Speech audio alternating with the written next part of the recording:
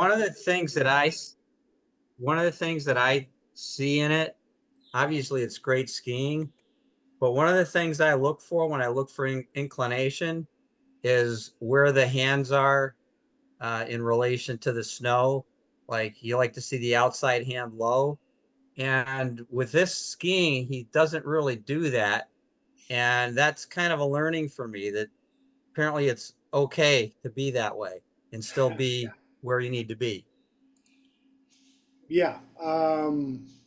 I think there's some changes that are happening there because that's been kind of a Tom Gelly thing this year too, is aligning more naturally over the outside ski instead of kind of contorting yourself vertically. You know what I mean? Trying to Yeah. keep the upper body vertical. I think that's been a thing. Uh, as though you're kind of like standing on the outside ski, but not in a way that makes you look like you're contorted. And I think, I mean, Jonathan it's a Blue, more inclined way to ski, but it's you're pretty well. He's obviously really well aligned yeah. to his skis. And it's kind of like that Jonathan Blue was talking about how, this position here, if we kind of turned him vertical, how he could almost stand on that ski without moving, without tipping, Right. right? Because he's now aligned vertically onto that pinky toe or that big toe edge. And Yeah. then the fact that he's hiked up his outside hip a little bit to help him open and gain more range of motion. Yeah, you hear a lot more about that now. It's that inside, Yeah, just exactly what you see with his inside leg being yeah, short and hiked up. And that's, I've been hearing a lot about that the last year. That's kind of a change too. yeah. And that was kind of the point that Alona was kind of driving home in the last one was is that we need not only, I mean, our tips need to be level, but they need to be level with our spine. But I think it's a misnomer to start talking about how the hips need to be level with the ground. We did And that these kind of with, high speed turns, you can't do that. You have to be aligned to the force. You can't be aligned to the ground. The other thing about this too, with his legs, Donnie used to give me a hard time about tucking my knee behind my other leg, and he Right. does that. He does that a little bit. I think that's another one that's kind of overblown a little bit too. Yeah. I mean, I've heard this a lot in the RMT meeting. They're like, oh, he's tucking his knee behind. I go, is he? Because tucking knee is like this, like physically putting the knee behind. It's what we Well, used to do back in the 90s. his shins, right. I mean, a little bit. It's not like obviously way behind, Right. but his shins aren't at the same angle. No, and that can't be, right? These kind Right. of turns are And not. that's a change too, right? It is a change, but it's not that much of a change because here they are parallel when Yeah, it but that's in counts. transition. In the transition, they're parallel. But Right, which makes sense. when he gets to this portion where he has to start resisting forces, Yeah. right there, Yep, there you your go. body doesn't allow you to have, you put yourself in a mechanically in a bad mechanical position when you try to force that inside leg out. And that's a great shot too for what I was saying earlier. Look at his hands. Yeah, Outside hand is way higher than his inside hand. it is But that's okay. because he's allowed to align over that big toe edge of the outside ski. That's the most Right. important thing he's got to do. And he's aligning his center of mass over it, and he's counterbalancing in a way that he has to do what he needs to do. Yes, Joanne. actually, it's Rebecca. Oh, We did Rebecca, go this ahead, with Rebecca. Demelza Clay in Austria of actually bringing the hip down so far as to end up falling, Right. to the point of falling, to really work in the inside leg and just have that inside practically bring the knee up to the chest. Yeah. And, Yeah. and 100%. As a matter of fact, Demelza Clay just had a post about a drill that she was doing where she was literally just making a long turn. And then at the finish of the turn, she needed to be dramatically butt on snow. She just fell over, right? Into yeah, that same position so yeah, that you could feel it. she had us actually end up practically, you know, getting lower and lower till we hit the ground. Yeah, exactly. Exactly. All right, cool. Hey, Well, Chuck, can we yeah. talk a little bit about angulation and inclination where he is? Because my thinking, I would say, boy, he's really inclined, and I don't see a ton of angulation there. Oh, I see angulation. So that's why I wanted, I mean, there's Yeah. some, I see angulation in the knee. Actually, it's yeah. almost, I mean, all right. Mike, hold on, Mike. We're going to get right to you. Is that I'm Mike? thinking about it, the hips. I'm thinking Yeah, about it, the so center of hips. mass is about right here, right? And whoops, that's not a very good line. And we want to draw a line. We want to draw a line from the center of mass through the middle of the knee into that big toe edge. Yeah. And that tells you that he is properly aligned. But there's an angulation piece here. And there's an angulation piece here. So he is inclined, but he's also angulated. But that's not the important thing, all right? Yeah, sure. He's at the part of the turn where he is trying to resist the maximum amount of force. So he is aligned against that force. But this is a key piece is when he is at this position. Oops, hold on. Let's get him coming towards us. When he's at this position here, watch the knees. It's more so on the retraction style turns. When he gets to these style turns, you can see it even more because he has more range of motion that allows him because his legs are bent. But when he gets to right there and he starts to move those knees to start that, not only is he inclined, but he's also angulated early with his knees, his shin bones, and his lower leg. You see it? Yeah. I Yeah. see a lot in his lower legs. I just, again, looking at him last year, I would have said, gee, it seems like he needs more hip angulation. Yeah. And the point is that He I think doesn't. that what they're saying is you need to be more natural now. You don't need that much hip angulation because what you're doing is resisting forces. Yeah.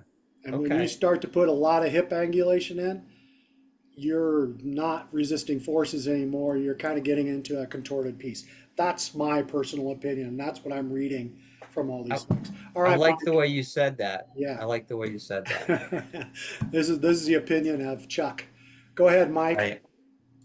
Yeah, just a few things, Chuck.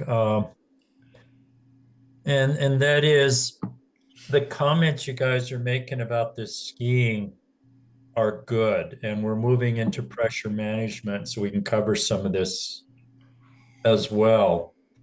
But a point was brought up earlier where it looks like the outside knee is tucked a little bit behind the inside knee. If the skis were identically angled at that shaping phase of the turn, he'd probably wind up booting out the inside ski. But what's happening with the outside ski is the knee looks like it's tucked behind because he's rotating that femur to help with the steering.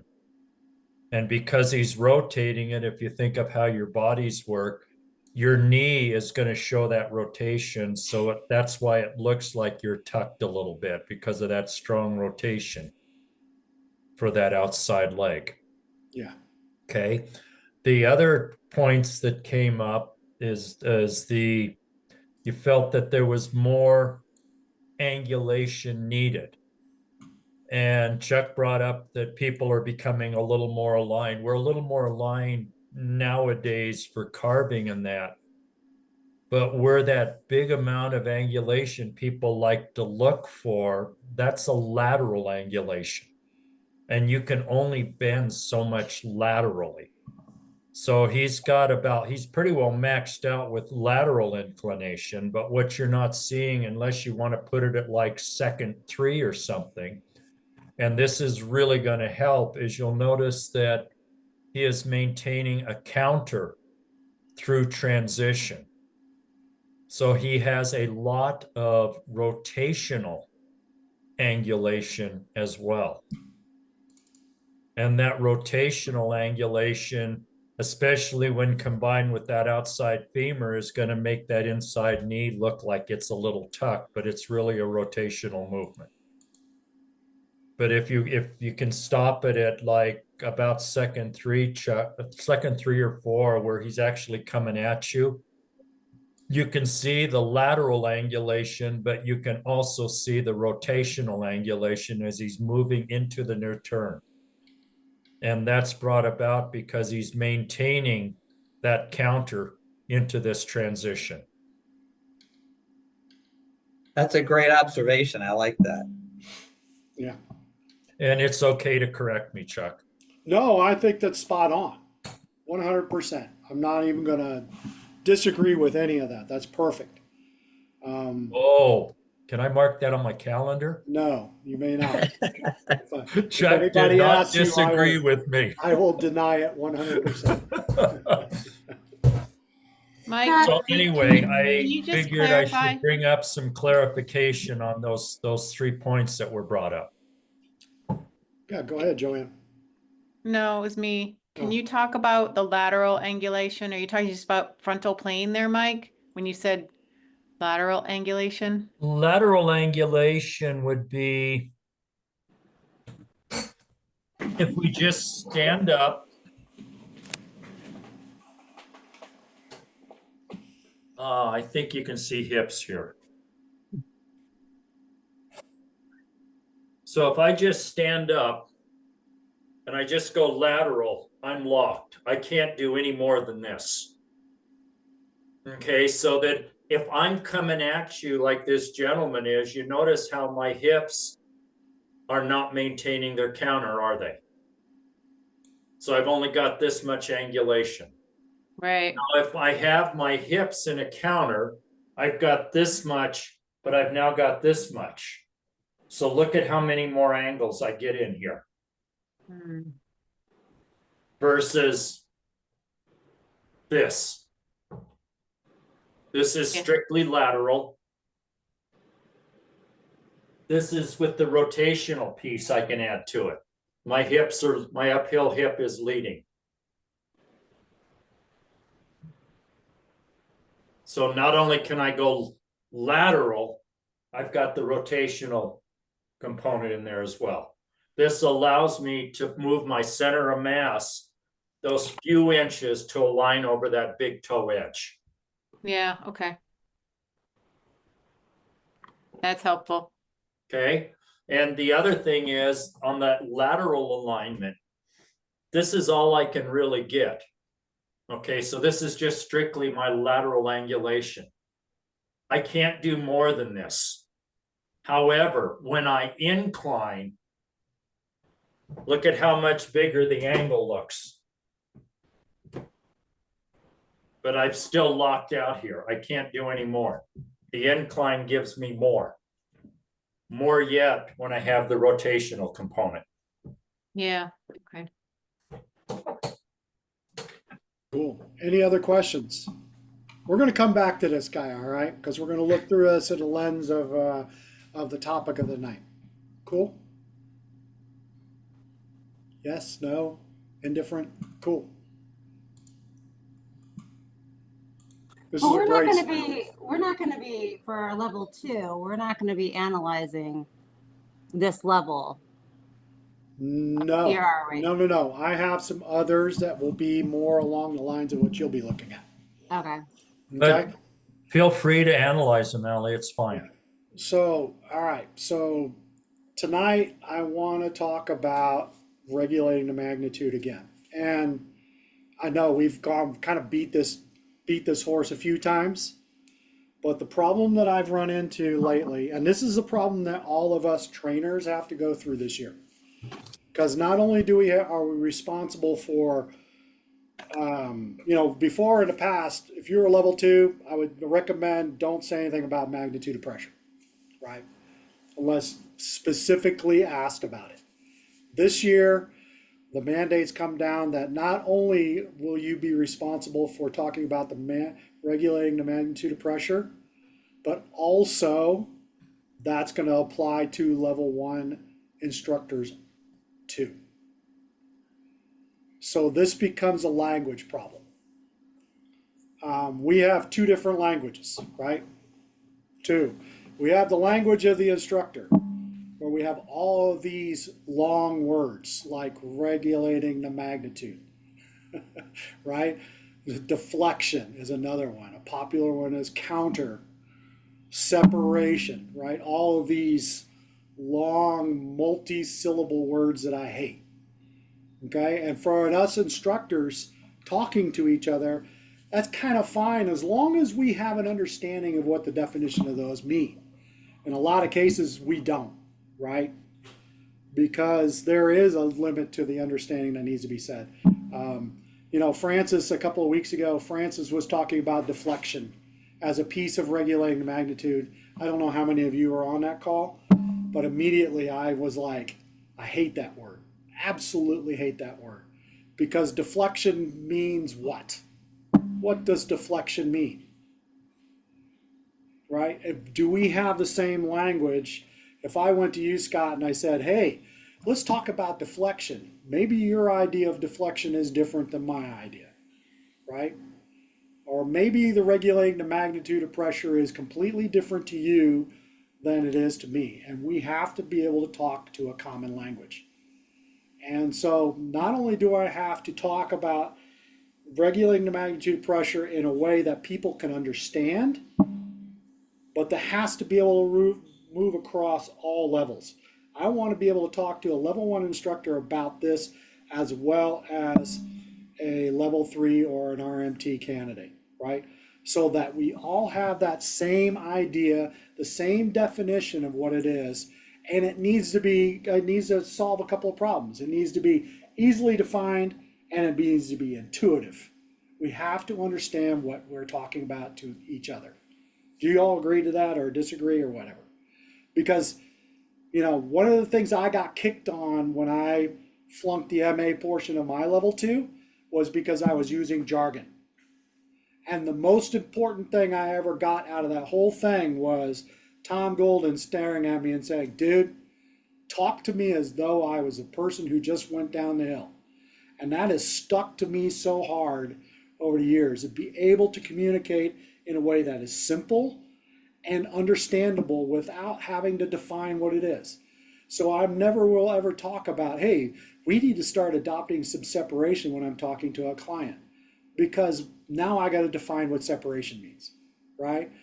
Instead, I'll say something along the lines, I really need to be able to get you to stabilize the upper body and rotate the legs independently of each other. That's going to be more of a definition. I've just defined what separation is without actually talking about separation. You need to use language that is very understandable. So when we're talking about regulating the magnitude of pressure, what are we trying to do? What are we trying to do? What are we saying? What are we really saying when we're talking about ski-snow interaction? What are we trying to achieve? Anybody got any ideas? Using the Go ahead and forces. spitball. Huh? We're using the forces. Using the forces how? We're using the forces with our speed, the steepness of the hill, Okay. the snow against the ski, Sure. like everything together is going to regulate how fast we go, Cool. right? I think we're trying to, when you regulate the magnitude of pressure, it creates ski snow interaction. It depends on what you're trying to achieve. If you're trying to jump, you're going to have an entirely different approach to regulating that magnitude of pressure than if you're just trying to. Sure, but for the most part, if we want to do something with our skis, we want the skis to be on the snow, right? Yeah. Well, let's take those special occasions out. We need to be talking about, and I'm going to be honest with you, regulating the magnitude. This is why this is such a tough one for people to understand. take the regulating magnitude pressure and set it aside. We're not talking about that. We're actually talking about ski snow interaction. We are, that is the outcome that we're trying to do. I hate to use outcome because again, what the hell does outcome mean? But that is what we're trying to achieve is ski snow interaction. So we're trying to, as you're talking about, receiving Mm-hmm. the feeling or the force of the snow against the ski Yeah, is what you're, and then that's, you're trying to stay in a dynamic movement where you're constantly adjusting for that. sure. Sure. And we have 4 controls that we do that with, right? Right. Right. Allie, I think you were kind So, of on the track of it. Go ahead. So Jonathan Ballou spoke about receiving pressure, but he also said, let the snow talk to you. The snow talks to me is what he said. And he said, I don't do more than is necessary. Sure. And that stuck with me because I tend to do more, I think, than is necessary. We all do, right? I mean, that's going to be my goal this year is to let the ski and the snow kind of talk to each other and tell a story, right? Instead of me going, ha, me, American, me make ski do stuff, right? I'm not going to try to overpower the mountain. I want the mountain to help me do what I want to do, right? I want to redirect the forces. I want to, but when we're talking about ski snow interaction, what are we actually talking about? And really get it down to the basic level.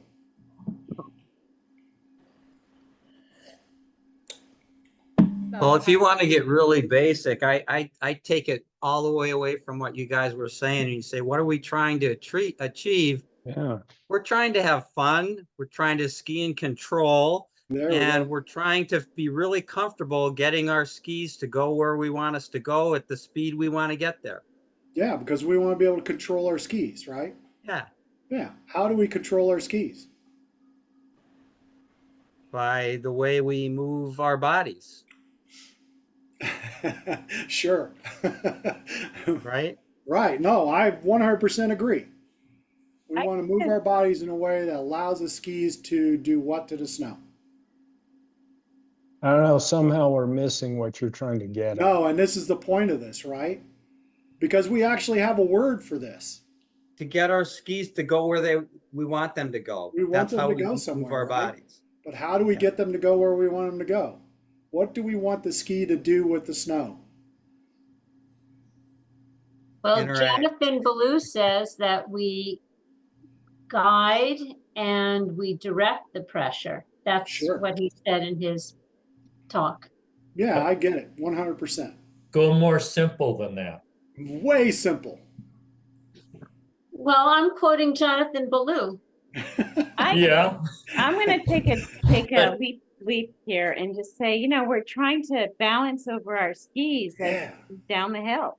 Yeah. And to do that, we need to predict and feel or sense the pressure beneath us so we can adjust that balance, so we can adjust our stance or alignment or angles or whatever, flexing our body parts, as Scott was referring to.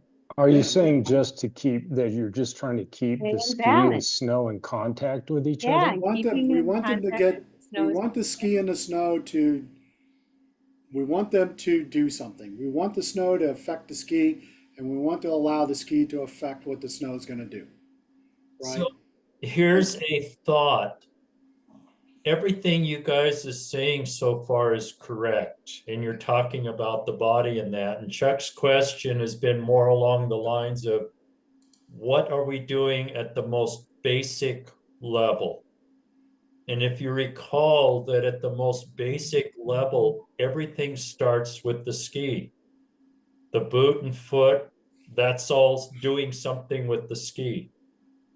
So where Chuck is trying to lead people is it's this communication between the snow surface and the bottom of the ski. That's where everything starts. Yeah. And if I was talking to a group of level 1 instructors, I wouldn't talk about ski snow interaction, right? It would be like you could see the eyes suddenly go, what? Right? So we're looking for something very, very simple that people understand. And it's not in the technical manual. It's not anywhere. It's kind of talked about loosely, but it's not actually used.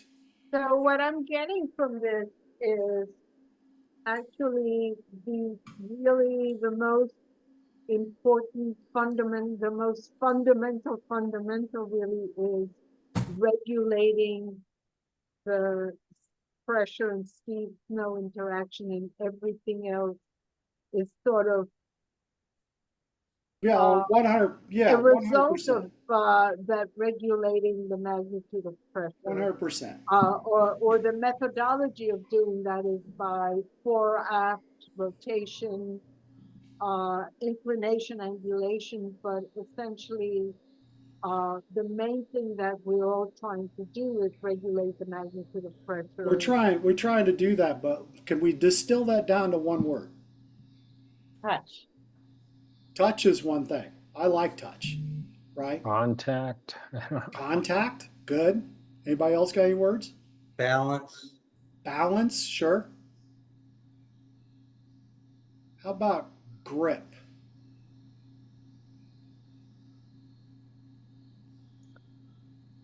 Did you say grip or grit? Grip. Grip. Grip. Grip. We're talking about the snow and the ski gripping onto each other? Yeah. We're trying to get the snow to grip.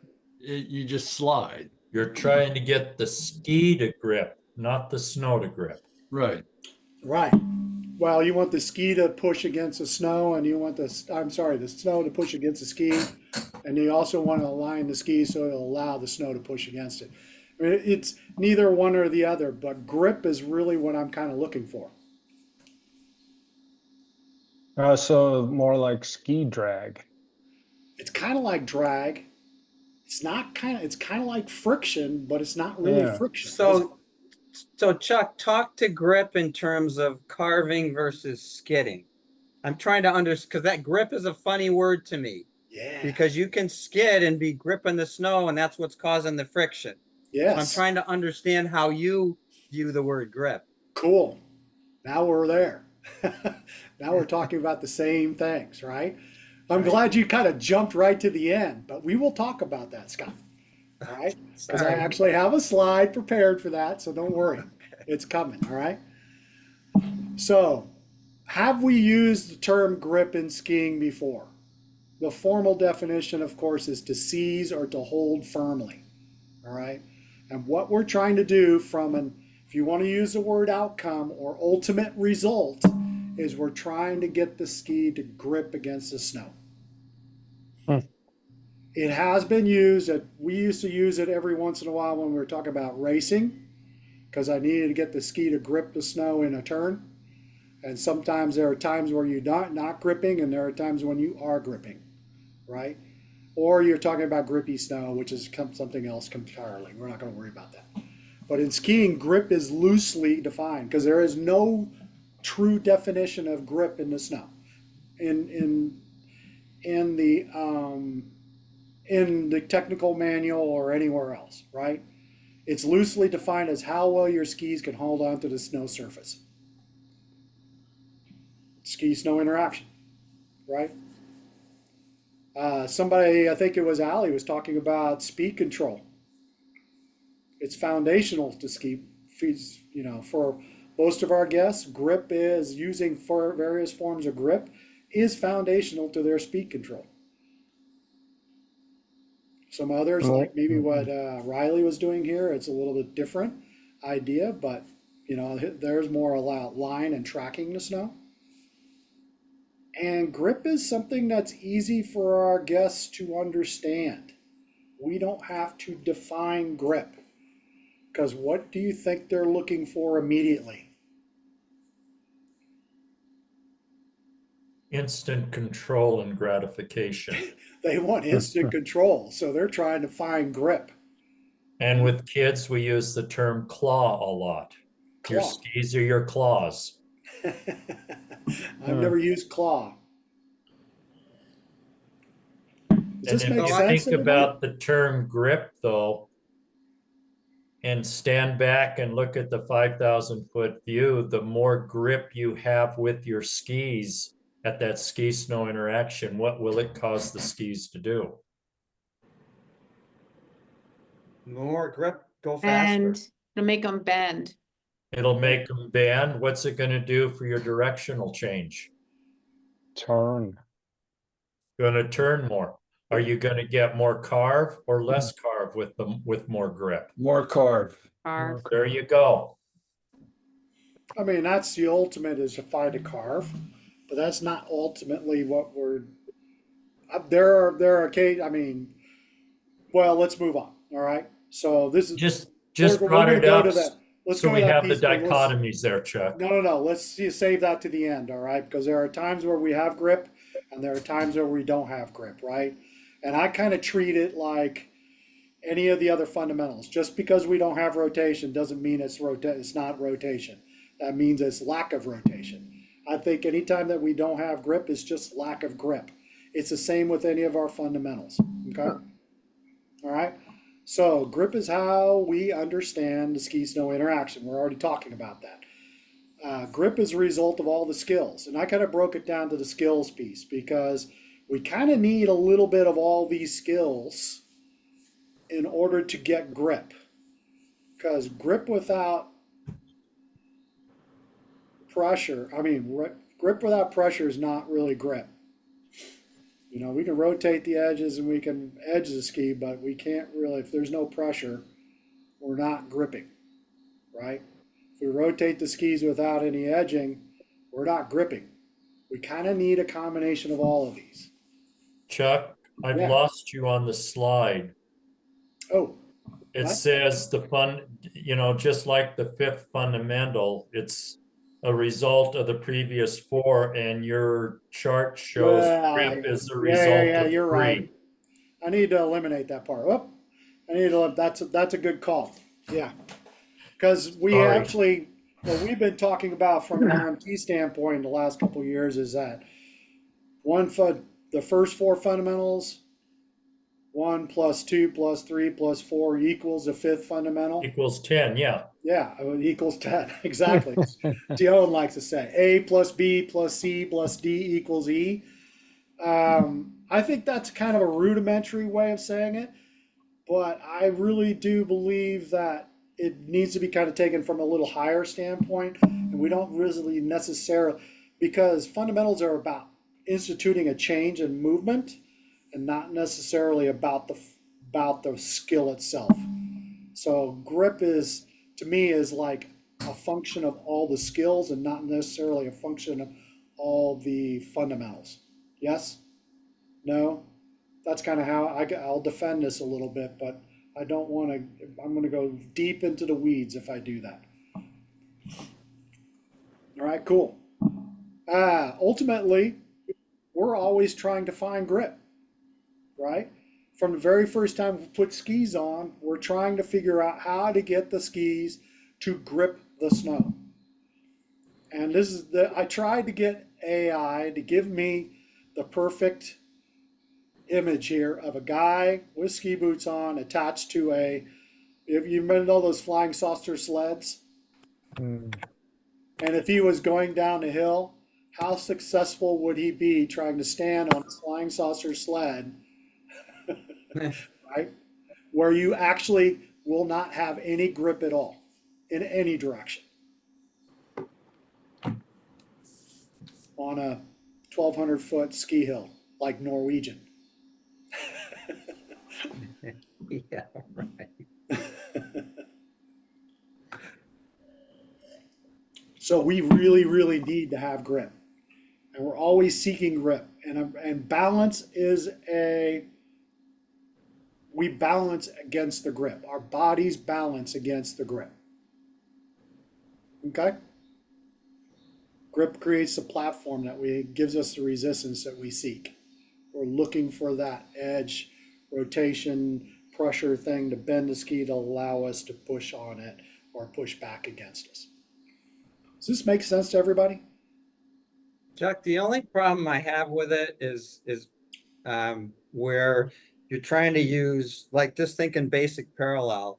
We need some skidding in our turn, so we're Yeah. actually looking at not complete grip, but just kind of a skidded grip.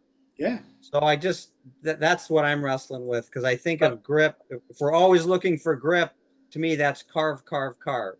It is and it isn't, because remember, there's gray areas, right? Well, isn't grip, it's not black and white. It's Yeah. not all or nothing.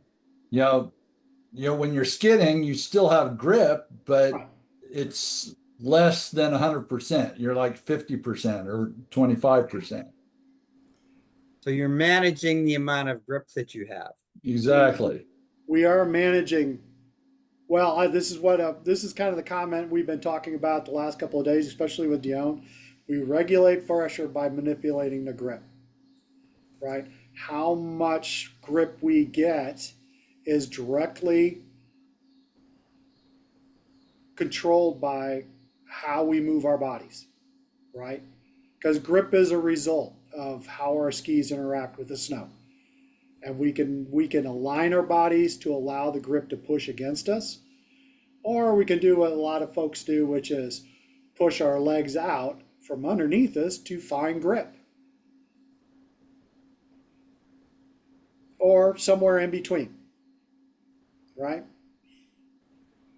And we're going to kind of investigate this when we start taking a look at some skiers, is when does the grip happen in these skiers?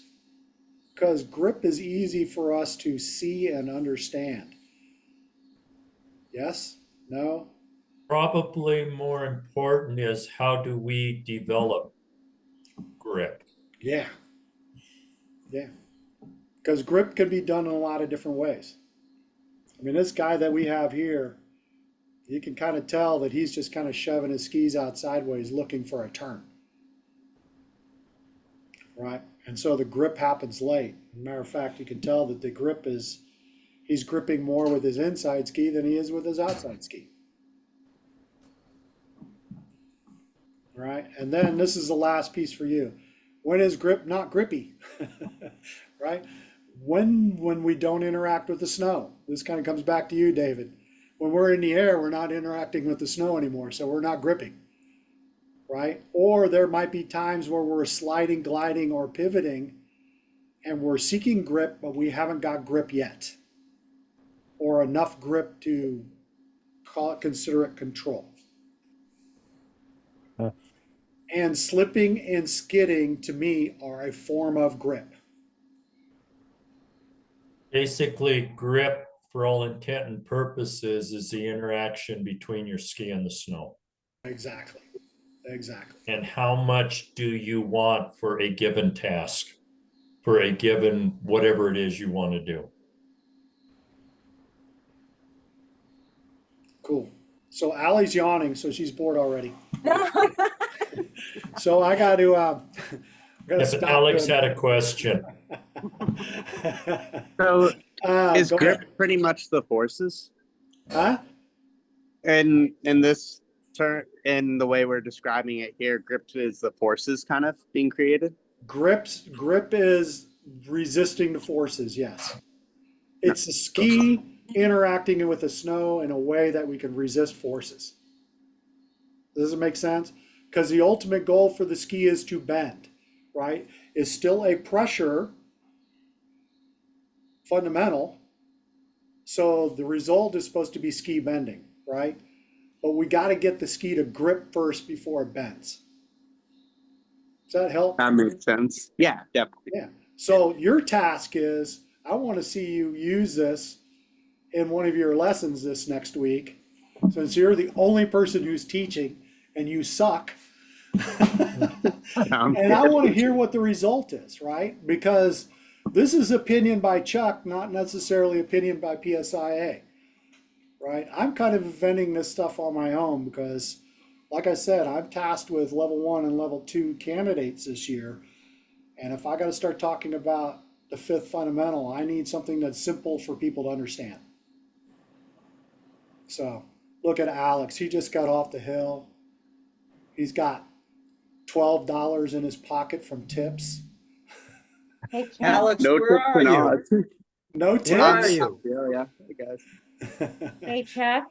Yes, ma'am. And when you were saying, grip is how much resistance, right, of speed. I want to know if rephrasing it to me, Cool.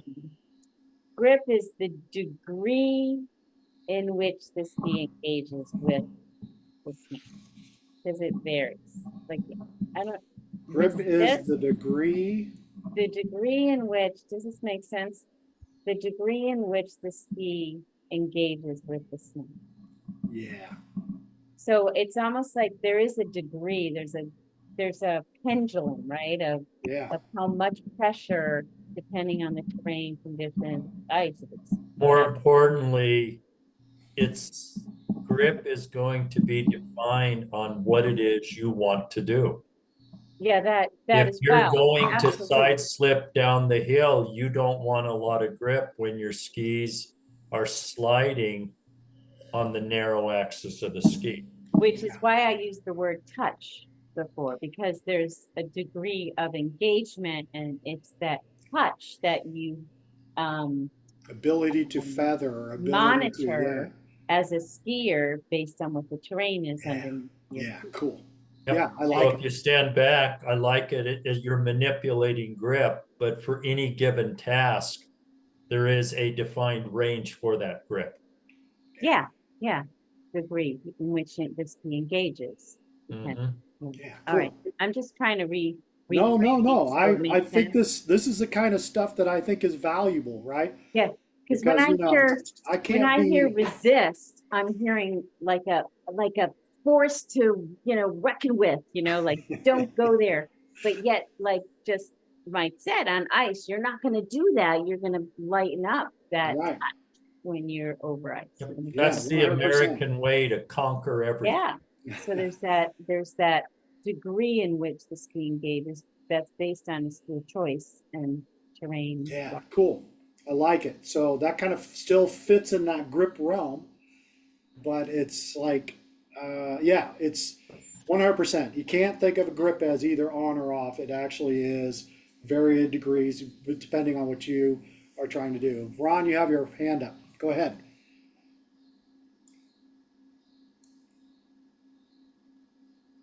You're muted, Ron. Oh, there you are.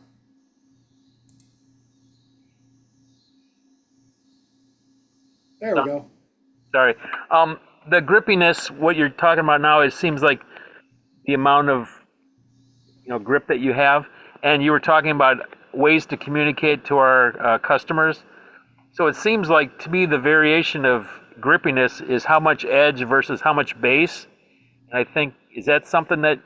Yes. So, well, like I said, I don't want to ignore the fact that rotation plays a role in this too, right? So, Right.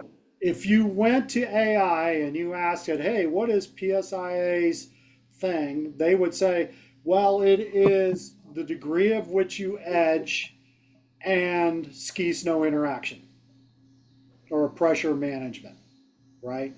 And I'm like, well, it also, the technical manual's first sentence is taught when it starts talking about regulating the magnitude of pressure. First sentence is the most direct way that you regulate the magnitude of pressure is through rotation and edging. You cannot ignore rotation, right? Because rotation is just as important as the other two skills, as pressure and edging. So, but if you look at an AI and you say, go out and scan PSIA's website and everybody else in the world, because I had to go out and hit everybody, and nobody actually defines grip in a way. They kind of talk around grip, but they don't actually talk about grip. But yes, grip is about how we create an edge and create pressure. but creating pressure is through edging and rotation, most direct way. So we may not have as much rotation in a pure carve turn, but that rotation is still there. Does that make sense? Yeah, but I was just thinking if you had a student that was like skidding a lot and you wanted to get him to carve, you might want to just point out that the ski has two parts. It's got the edge and it's got the base, and Yeah. I think, hey, you're doing a really good job of pressuring the ski or creating pressure, depending how you look at it, and rotating the ski. What would happen if we put the ski a little bit more on edge? Yeah. And let's direct that ski a little bit more. If we put it on edge, now we're not skiing sideways as much as we are moving forward, right? Along the longitudinal. The skis are designed to move this way, right along the longitudinal edge. And if we were right back to that flying saucer sled, if we didn't have it directing one way or the other, right? Right. So yeah, I mean, I think they would understand, hey, we need to create some more grip. Let's put a little bit more edge on your ski. Would be a very easy way to describe what we're trying to get done. And I don't think you would have to even talk that much about the biomechanics when you did that, because they would immediately understand that, hey, I got to create more edge. How do I do that? And let the body figure it out. Tom, you have your hand raised. Yeah, I think we should think about pressure as a vector rather than a instantaneous static thing. And Yeah, so, 100%. so if we direct pressure towards the tip of the ski, we're going to direct pressure on the front edges rather than the whole length of the ski. And Yeah, that's where this blending, I think, really sort of fits it in. is, because we're now talking about all the skills to create some grip. And the grip is, like I said, the ski is designed to move forward. It's not designed to move sideways. Right? Yeah, I think of it as traction more than grip. Tracking is what the most common word that came up was tracking. Okay. So we're trying to track. And if you put the ski on enough edge and allow it to create enough pressure, the ski is going to automatically start to track forward. Right. Does that make sense? Yep. Or backwards, depending on if you're a switch skier or not. I shouldn't say, I can't say those, what is those words that are always like here or there. I don't want to always say that. All right, cool. Any other questions? We'll look at some skiers. Huh? I was just mentioning, good call from Tom. Pressure by and of itself is a term that we use a lot, but it really refers to the force generated perpendicular to some object, ID on the ground. But fortunately, pressure is scalar, which means it's affected by vectors. And if it's affected by vectors, then you need some type of rotary component in there, because you're changing direction, you're accelerating into new directions. Yeah, I mean, we could go into, really grip is about creating pressure, and pressure is a result of force that we feel from the ski. Yeah, I mean, you could be talking, you can be talking about ski loading or coefficient of friction. I mean, you can get very technical with We all could this. get very technical because, again, I hate the word that pressure is, I'm kind of like Dion. I'm not a big fan of the word pressure because, again, what is pressure? Is pressure something that we do? Or is it something that is a result of, or is it some feedback piece that we get from the skis, right? One of those things. So I guess we're going to stick with pressure because that's what PSI has indoctrinated us with. But, I look at pressure as a result of what we're trying to do with the ski. Yep. And pressure is one of those weird terms. If you go and you look it up, people have an innate understanding of pressure and they think of it as a pushing against something. Yeah. Okay. And especially lower level skiers, if they're trying to push against something, they're going to be thrusting their feet out. They're going to be standing on their toes. They're going to be opening their ankles, all of that to create pressure. At lower levels, I think it might be more beneficial to actually talk about where they are balancing on their feet, where they are balancing on their ski, which ski are they balancing on, and let them develop a foundation before bringing in the terms pressure. Yeah. Because pressure to me is like how Mike and I talk to each other or how I talk to you guys. Right. I'm always under pressure because I know he's going to pick on something that I screwed up. No, but pressure again, that's another one of those buzzwords that is PSI I'm related. clawing at the edge of the well trying to keep my head above water. Yeah. I mean, might as well just start describing counter to somebody and just watch their eyes roll in the back of their head, right? Or separation. That's another one. It's like, ugh, no, please don't. Right? Because, I'm a big proponent of being very simple in our language so that people understand what we're trying to describe immediately without having me go, jeepers, if we only did this is the things that would happen and this is how I define what that's. No, I just don't. So let's look at Riley here again, and we're going to look at his skiing in terms of when does he achieve grip? When does the ski grip the snow? And this is kind of what Jim was doing a couple of weeks ago when he was talking about when the ski interacted with the snow, when it engaged and when it disengaged. I like the idea of grip. When does a ski grip the snow and when does a ski not ungrip the snow? When is he not gripping the snow? I think he's gripping the snow and he starts to tip and create edging, and he's at his least amount of grip when he's in transition. Yeah. And when you use the term not ungrip, Chuck, that's a double negative, so it really means grip. Not ungrip. That's because I'm a very simple man and I like to just mess with your minds a little bit. Yes. Not ungrip. It's going to be the new not grip. So watch when the skis start to interact with the snow, and that's the big key, right? And, he talked about, he being Jim Shaw was talking about engaging and then disengaging. Again, engaging is how many syllables? And disengaging is even more syllables. But I like to say, I'm really a big proponent of when does a ski start to grip? And when does it stop gripping?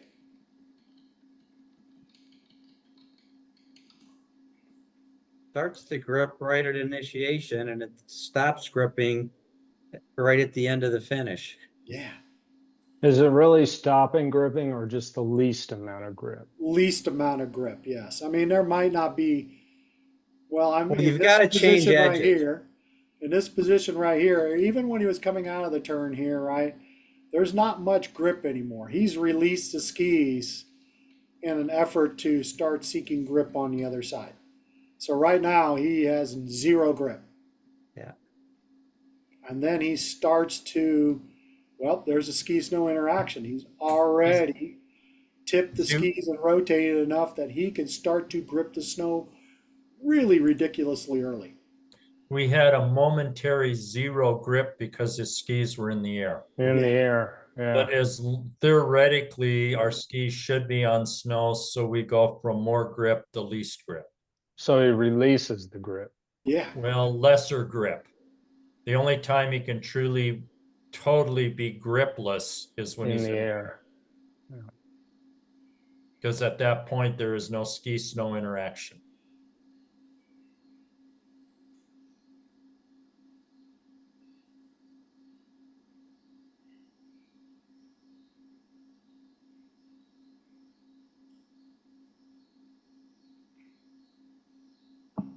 And this is the same, this is really excellent skiing, right? This is why I bring these guys up, because they're really,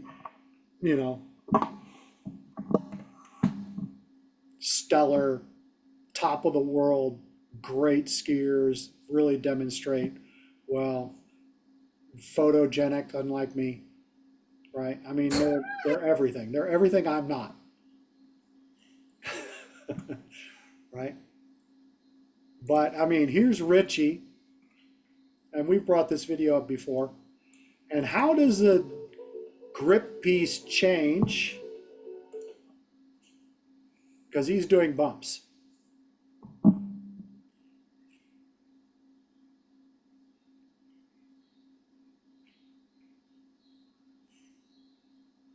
And we're still trying to grip into bumps, right?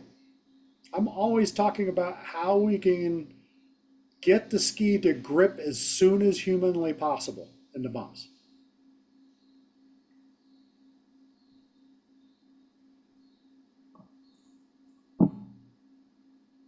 Well, You asked how bumps- it changes, Chuck. One of the ways it changes, I think, is it's more because of the terrain, it's more localized at different parts of the ski at different times than it is on a groomed run. Cool.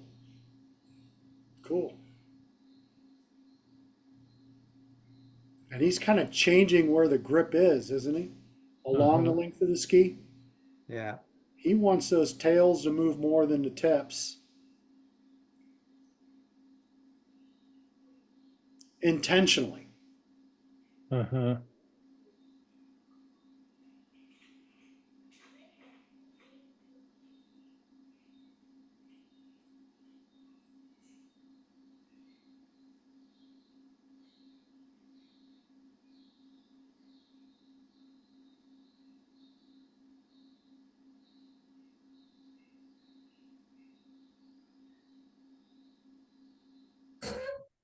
Anybody else got Yeah, any comments? Just watching him ski, you can see there's more flex in his tips when he's hitting a bump and more flex in his tails at the end of the bump. And I think the grip kind of goes along with that. Yeah. Yeah, we can start talking about the fundamental more about this, right? I mean, when we're starting to talk about instituting a change, because he immediately goes right to, where he's gripping is important. Yeah. He's trying to develop grip in the tip really early in the turn. And he keeps those ski tips on the snow and gets them on the snow as quick as humanly possible so he can do that.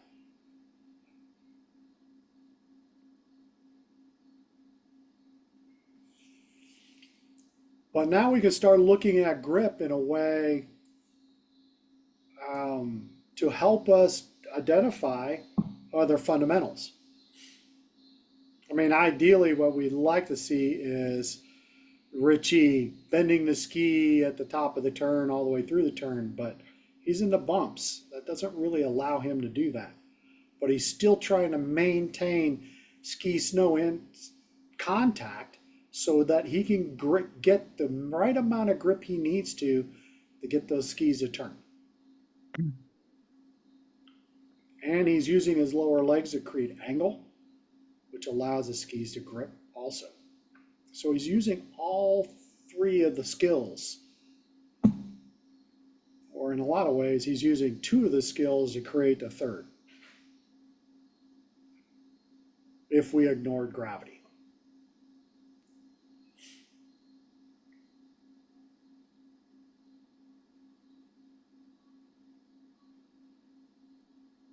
And that might be a discussion for another day.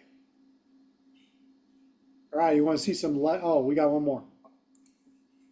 I still like how the Japanese worked at the inner ski and how they created grip really, really early in the turn and almost seamlessly. So it's like very little no grip and right into grip.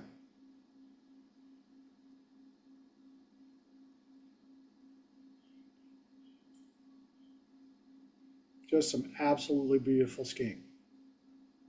And then we got the guy with the short turns. We're going to go all the way to the end here because this to me is brilliant.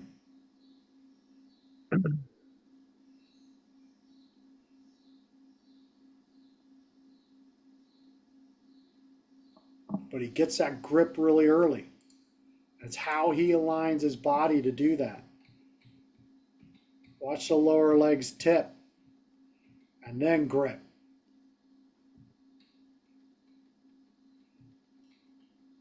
Now here he is allowing the skis to move out from underneath him, but that's a little bit different than some of our other skiers who tend to push the ski out from underneath them.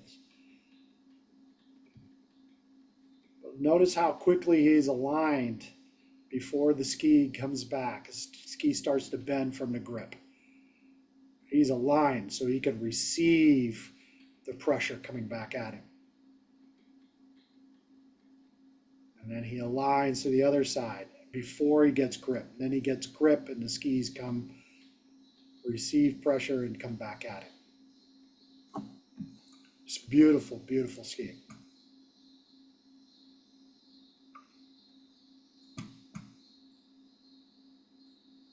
All right. How many of you watch this video?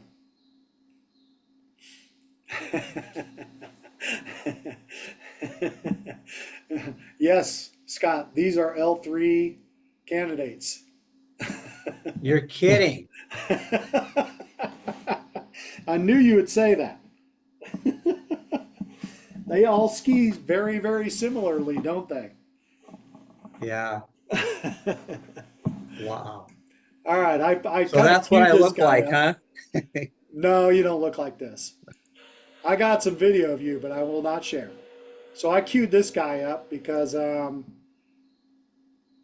this is his second run, and clearly the trainers told him that he needs to create some separation. Mm-hmm. But how is this skiing different than what we've been watching?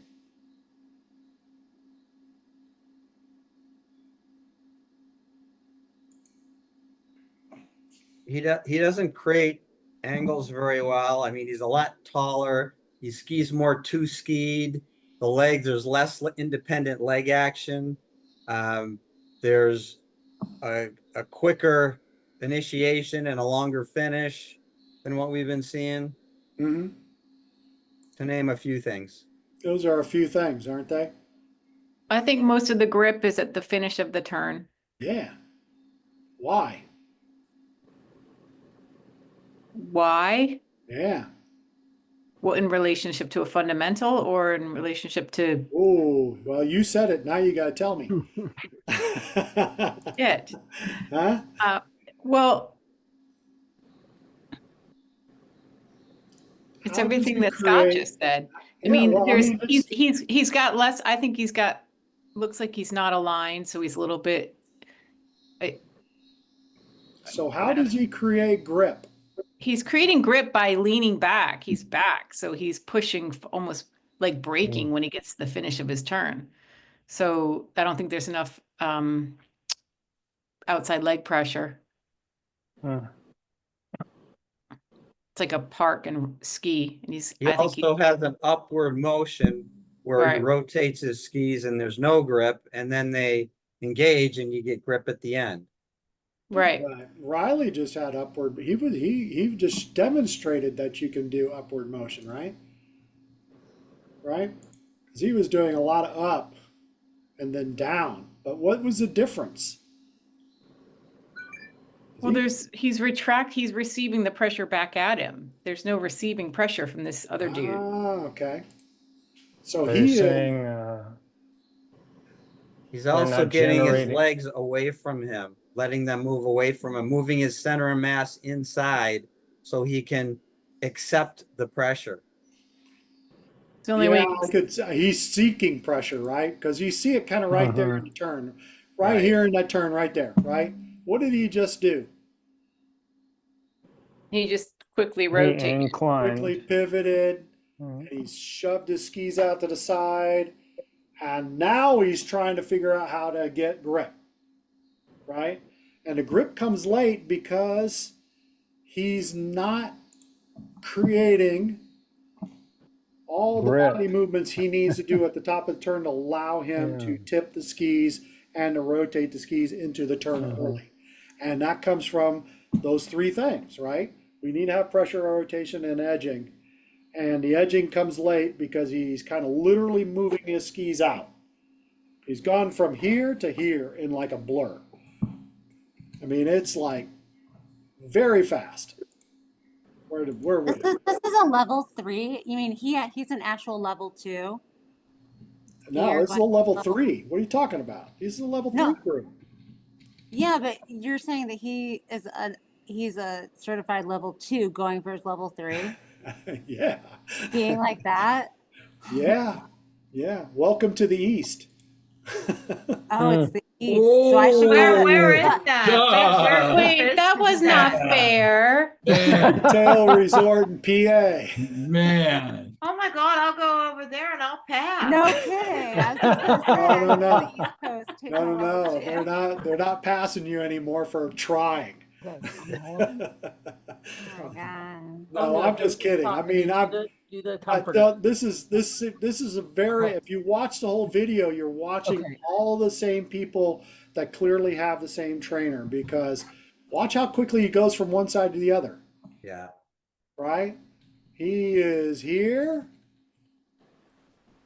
Right? And he's got like a little bit of a rotary push off because all of a sudden you see the ski bend and the skis widen, and now he's to the other side because he needs something to move him to the new side.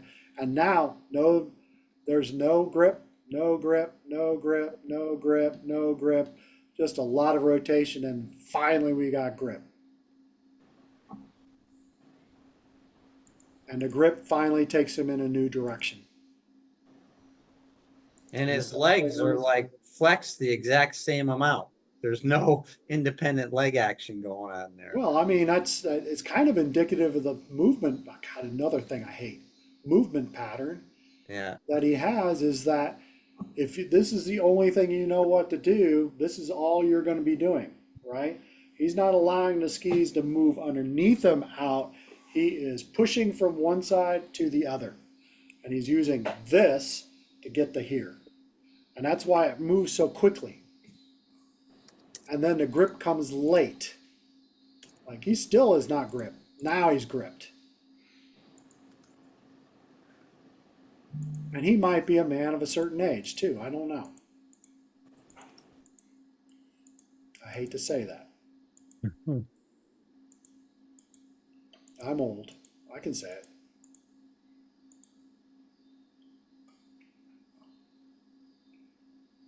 But when we're watching this skier, what is the fundamental that we are kind of like, we now that there's a rotation to an edge. He's using one side to move. He's using one kind of push to move to the other side. And we know that you could clearly tell from this person. Hold on, I got some chats I need to catch up on. We could clearly tell from this person that the, yeah, I'm sure it is. Yeah, well, they actually say hard snow, Maren. Right?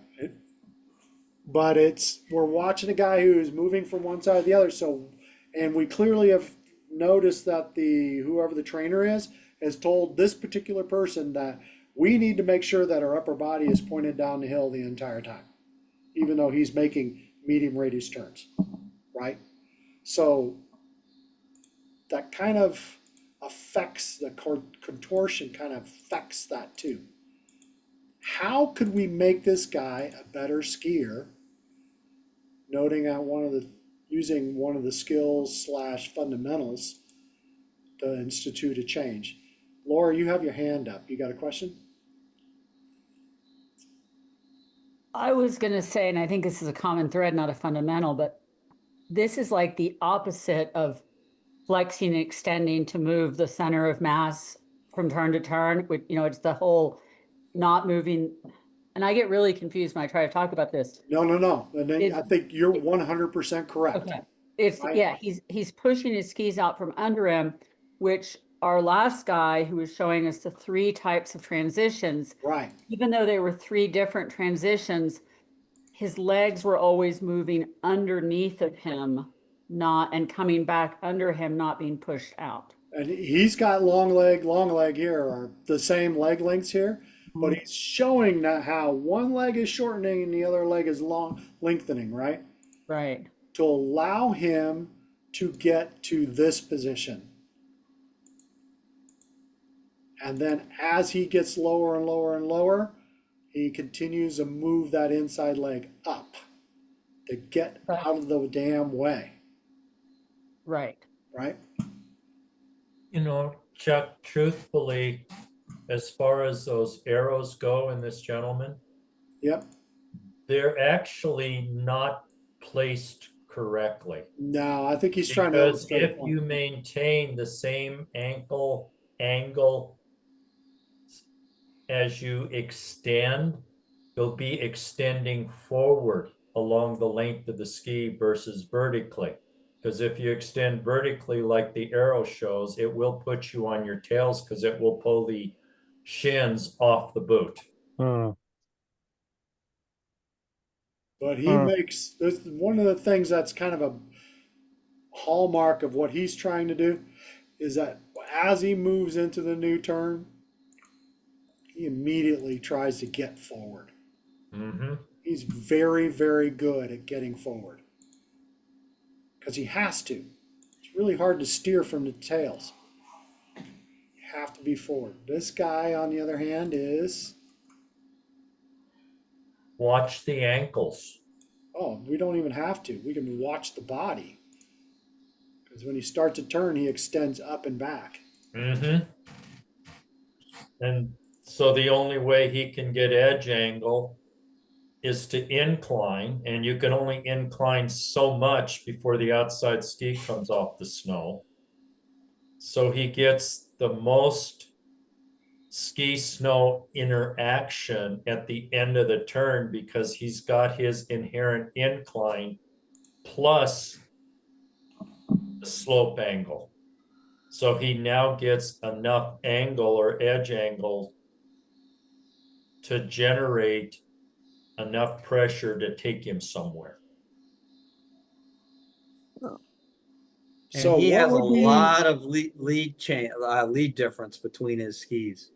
Well, he's got to get that. He's got to get pressure off the inside ski, right? Yeah. What's the easiest way to get pressure pushes off it the inside forward. ski? Push it forward. Yep. If you don't know that you're supposed to shorten, you just push it forward, right? But as soon as you push it forward, it does several things. It overpressures the tip of the trailing ski and overpressures the tail of the lead ski. Yeah. So what would be a fundamental that you guys would look at that could institute a change? And I'm gonna kind of steer you away from rotation because that's clearly what he's trying to do. What do we need this guy to do differently that's going to help him achieve grip earlier in the turn? I think fore aft would be what I would focus on. Okay. Why? Do you have a drill in mind? My dogs are. I know where Scott's going. My dogs Well, are that's being that's crazy. where I am. Okay. Go ahead. I'm sorry, Alona. I didn't mean to interrupt you. Oh, I'm gonna put it in the chat because I've got two of them barking. Okay, that's fine. Yeah, I think also directing pressure along the length of the ski. We need to do that, but could we do that through another skill or through another fundamental? Well, then, Speed of ski. Or through the, I'm sorry, pressure to the not outside through ski. another fundamental, through a task that relates to another fundamental. So it's directing pressure to the outside ski, and then the way to do that, there's many ways to do that. Cool. What do you think, Mike? Directing pressure to the outside ski?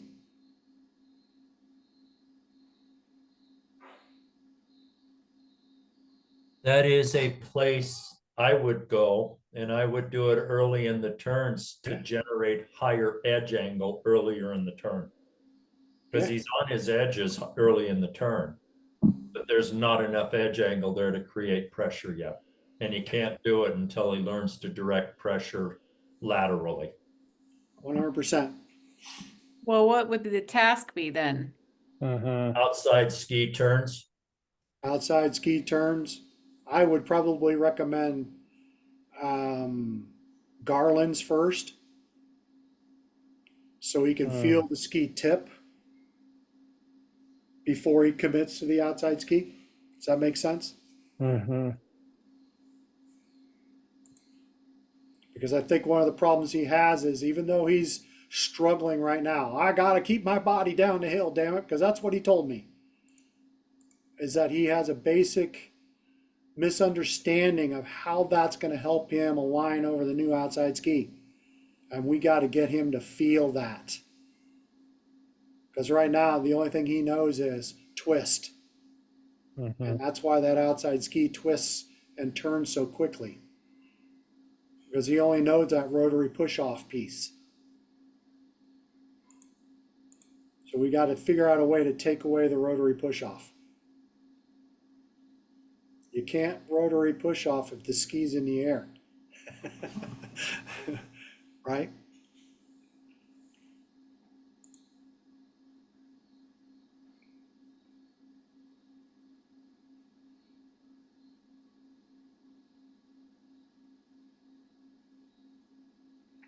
Well, you could also ratchet the slope down a little bit too. Yeah, this is a, you know, as Marin said, this is a tough, pretty steep.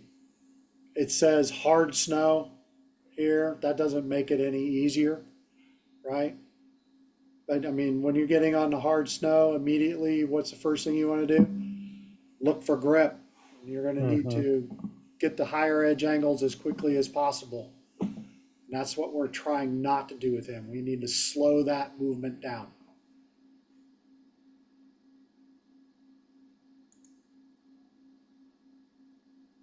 So we got a few minutes left. Oh, I got one more. I got a off-piste skier too, because, you know, why not? So we watched Richie, right, do his thing and how he institutes and finds grip.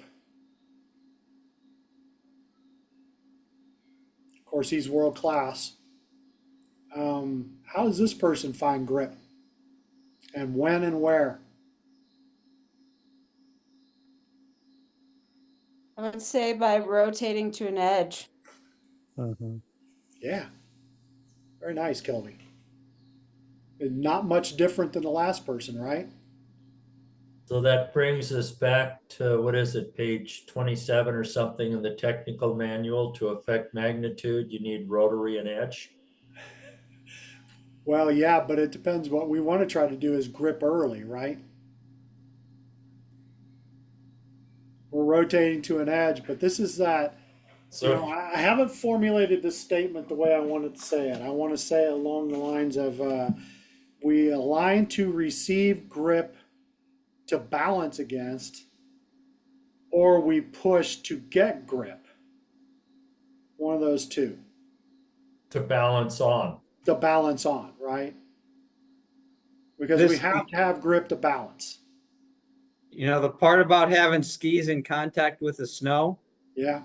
this guy's pretty good at that at the end of his turn, and that's about it. Well, that's the action spot, right? Because all the grip happens way after the apex. He's just throwing his skis side to side. Yeah. Well, he has a lot of upper body rotation. I mean, you can really see that whole arm comes around. Oh, and tons of upper body rotation, right? Yeah. Yep. Cool.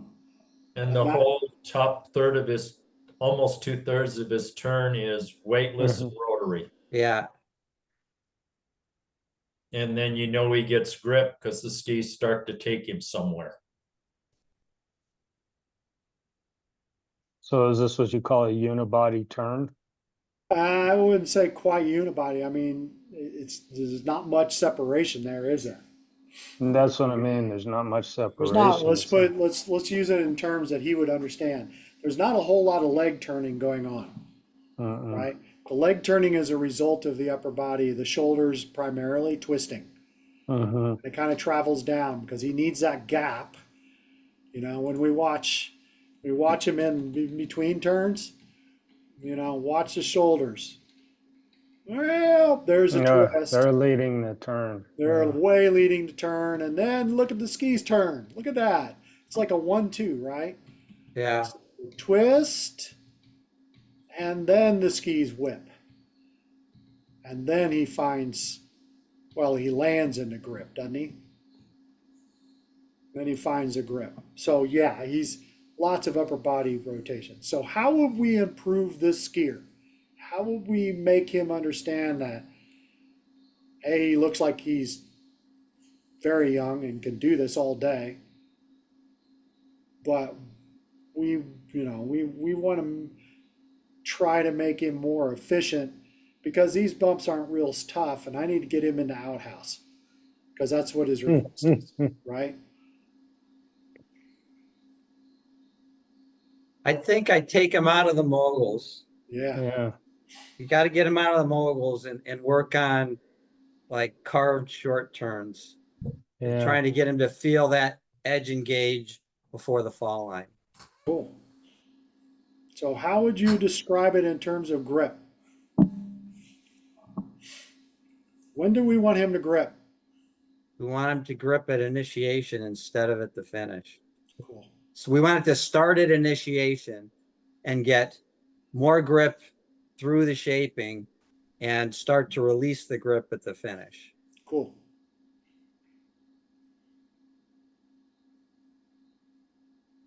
I was going to take a page out of Chuck's book and say, it's time to transition him from his inner toddler into adult movement patterns.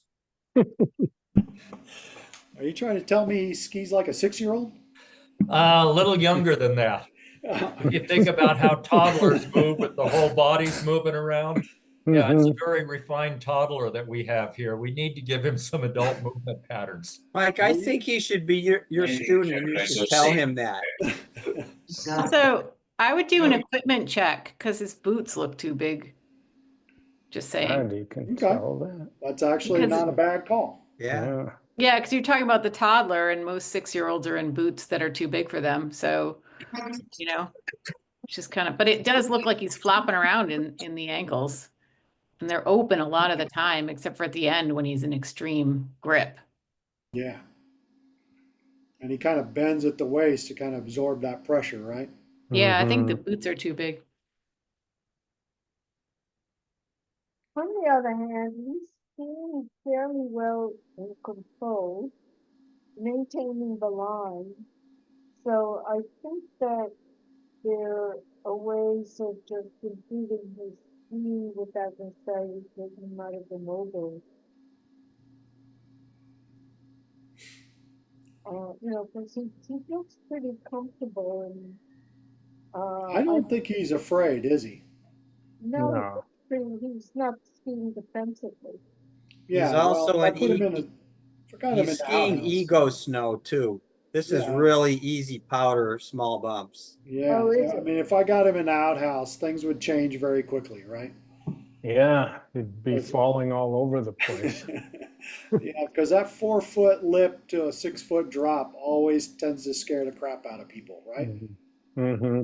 Right? And you have to be ready, because you cannot, you can for a little while, 2 or 3 bumps at max. Dropping down 4 to 6 feet on every bump would not be a very fun day. No, I think if you put him on outhouse, he'd take his skis off and walk down. Yeah. Well, I don't think he would do that, but he would definitely only make about 3 or 4 bumps before he has to stop. Like you got to get his hips forward too, like maybe putting him on rollers or something, like something where your hips come forward, because he doesn't really seem to bring his hips too far forward. He kind of pushes his heels more than he rotates his tips, right? Right. I was like almost thinking park or something, not just something that to experience coming up and the hips stay forward and then the tips have to go down. So put him on a box? Maybe. Hey, why not, right? He might be into that. Throw him in a box, because sitting back and throwing your tails around is not going to work well on a box. No. especially if you start teaching him something like 90 on, 90 off. That would I don't know if I'd do that, but if I was teaching him that, I think he would be tremendously unsuccessful, yeah. right? Because his idea is just to throw his tips or throw his heels around. And Right. that means he's got to put a lot of pressure on his heels. And if you're on your heels on a box, you're going to go down hard. Yeah. Or even just like, you know, the pop you talk about, a little bit of pop. Just got to get that concept of getting forward. Got to get the concept of moving forward. Yeah. But we have to kind of change his, I mean, his understanding is I got to turn the skis to slow down. Judging from what I'd have to ask questions, of course, but just judging from the movement, it's a series of hockey stops, right? I need to, he literally looks like a hockey player.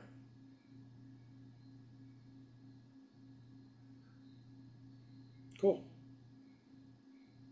Does this concept of grip jiving with everybody now? Mm-hmm. Yeah. Now that we've kind of looked at some stuff and I'm going to start using it a lot because it's easy for me to understand. It's easy, I think, for our guests to understand too. Even when I have a beginner, I want to talk about, hey, how do I get these things to slow down? I need to get some grip. How can we institute some grip?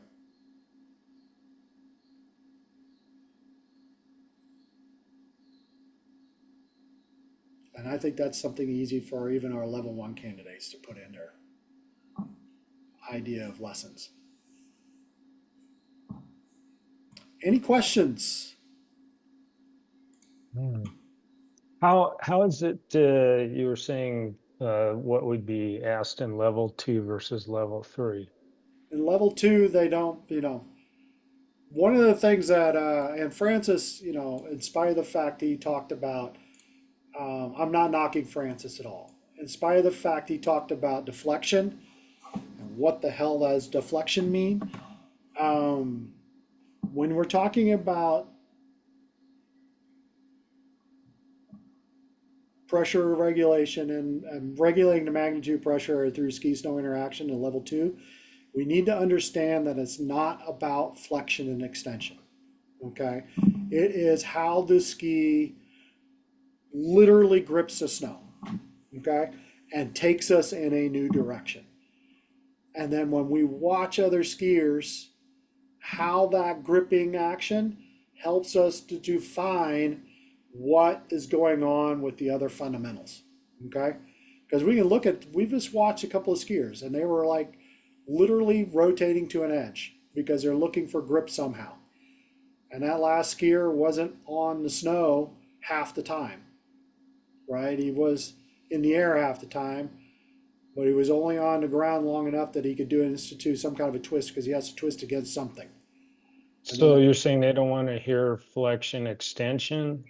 I mean, but then what flexion about extension is part of it, okay? It's how we kind of tend to mitigate pressure, right? So if we're creating pressure through rotation and edging, and we're creating some grip, and the skis start to come back at us, we want to be able to use flexion extension to manage that grip as well as tipping and turning the ski, right? What we don't want to get caught is all on and then all off, all on and then all off, right? Well, because then I think, are you relating then to the common thread, legs flex and extend independently to change the center of mass from turn to turn? That's more about this movement, but even still, that's the same thing, right? Because there's no, we're not, it's not one leg, long leg, short leg in flexion extension piece either, right? But we want to make sure that we move our center of mass, but we do it through the, that's an important piece of that particular common thread is how we move our mass from one side to the other through flexion extension movements. But flexion extension is important, but it's not the only thing we need to be talking about in terms of the regulating the magnitude pressure through ski-snow interaction. Or in a better way, ski-snow interaction is managed through manipulating pressure, right? Or ski snow interaction is regulated through manipulating grip. Grip. Mm-hmm. So they would be okay Achieve with that grip. term. Huh? They would be okay with that term, grip. As long as I think they would understand immediately what you're trying to talk about. Because If you can defend it. ski snow interaction is grip, right? Or lack of grip. Depends on how you want to look at it, right? But, you know, if you want to say, okay, hey, if they say, hey, what do you mean by grip? You just say ski snow interaction. I'm creating grip through ski snow interaction. And that creates the pressure that I need to regulate. I mean, it's as simple as that. It's very intuitive. That's why I want to use that word. Does that make sense? Mm-hmm. I understand what you're saying. Yeah. Yeah. I don't know why we've been bouncing around it for, what is it now, Mike? 7 years? At least. I don't understand how people, when we came up with magnitude, they only think of magnitude as the ability to flex and extend their legs. Sometimes to stand on one ski or the other. They totally forget that, or they haven't read the book, that we really most easily affect the greatness of that pressure through our rotary and our edging movements.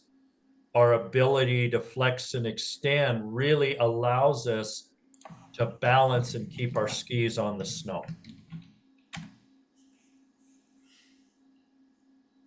Yep. Chuck, when you're in the RMT, have you guys discussed this grip? I talked about it last week. And people are comfortable with that? I had to kind of define it a little bit. Yeah. And kind of understand it, because the first thing they went to was with the same with you. Grip to me is like all or nothing, right? And so as soon as I was like, hey, no, it's through skills. It's not necessarily through all edge or no edge. Right. It's like Right. you're creating grip all the time. I mean, you know, I kind of go back to a long time ago when I did we did edging. I said, you know, we're almost always on edge. And the reason why we're almost always on edge is because we need grip. We need something to grip against so that we can balance against it. Nobody likes the feeling of careening down the hill with no grip.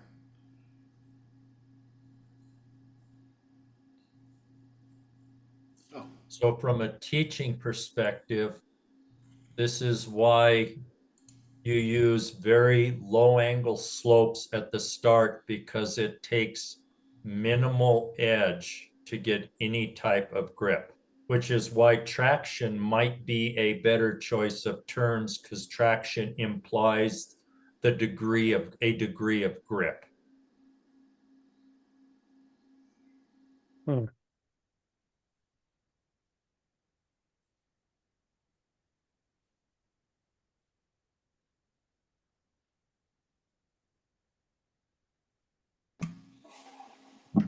Cool. Traction's too many syllables. I'm sorry. So to use traction, you need to be at least level 2. 2 syllables. Yeah, no. I did bring up a concept with Francis the other day, and magnitude, you know, they say 1, 2, 3, and 4 is really what allows us to manipulate magnitude. The concept I brought up to him was that magnitude of all of the fundamental movement patterns, magnitude is the only one we have to deal with regardless of what we are doing.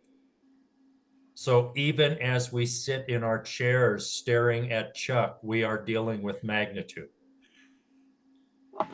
You guys have got more pressure on your butt than your feet. Agreed? Mm-hmm. But, you know, computer chairs can rotate. If you have your weight fairly equal on the floor and you rotate your femurs right and left, your chair rotates. Notice how your feet stay under your body though when you do that. You can do foot to foot. You can pick one foot up and push. Your chair rotates, but all of a sudden your foot is now getting away from your body. You can control your fore-aft. What happens if you shift more pressure to your heels? Your chair goes backwards, right? So we can work those movement patterns sitting in our computer chairs because we now have a degree of pressure. We can manipulate that pressure to make our chairs and our butts do different things on this. And that's really what we're trying to do while we're skiing. Yeah, but I can't do any of Manipulate those. that pressure. I can't do any of those unless I'm gripping the floor. Yep. So, Ron, you had a question, or your hand was up anyway. Yeah, the word traction came up after grip, and the nice thing, or when I think of grip, I think of like a hand grip, right? Yeah. Somebody said traction, it kind of reminded me of like a snow tires, like the interaction with the ground. And that's what's really happening with our feet and our skis. Cool. Cool. Traction. I would definitely take that and put it in your back pocket, right? So, one of the problems with language is that I could say grip all day and not everybody's going to understand what I'm talking about. And to have another word that I can use, hey, what we need to do is get some traction. Yeah. And then, okay, now I've appealed to somebody else. So having those options is really, really important to me, right? Because I may describe something 3 or 4 different ways in a lesson because of the way my group is, understands things. And I have to switch the language that I use to get them to understand. I'm really, despite the fact that I'm not really much of an emotive person, I really think about that stuff a lot to make sure that I'm clearly understood. So traction is not something I would ignore, right? Yeah. What I would ignore is ski snow interaction. Because immediately I'm going to get people looking at me like, what the hell are you talking about, right? Thank you. And those, I'm sure some of you have actually tried to use separation in a lesson too, and they were like, what? And if I teach a lot of kids, I can't use any of those words. Right? I anything that's more than one syllable, I know I'm lost, right? Right? Detention is the only thing they know that's like multi-syllable. Just tell them to regulate the magnitude. I'm going to regulate your magnitude. Oh my God. All right, you cool. hear that, you're just like, oh my God, what are they saying? They sound so sophisticated. I heard somebody say that on the way on the gondola going up, and I'm like, they don't know what you're talking about. They don't know what you're talking about. They probably didn't know what they were talking about either. All right. Well, thank you everybody for putting up with me and Thank you. And listening to Philosophy by Chuck again. So your baby looks beautiful, Kelby. Congratulations, Kelby. Congratulations. Can you lift the baby up a little bit so we can see? This is Noah. I was sleeping. Yep. His name is Noah Gumby. So. Noah Michael. Oh, come on. And he's been to more level 3 trainings and a level 3 exam. Oh, has he? Yeah. All right, everybody. We'll right, see you guys next week. I'm working on some, I got a couple of other people that I'd like to bring in. Thanks, Chuck. Right, Excellent thank you. session. Thanks. Really helpful. Bye. Thank you. All right. Thank you. Good night. Thank you. Okay, thanks for letting me join you guys. No problem. Thanks. Bye. Yeah, we tolerate. Good night, all. it.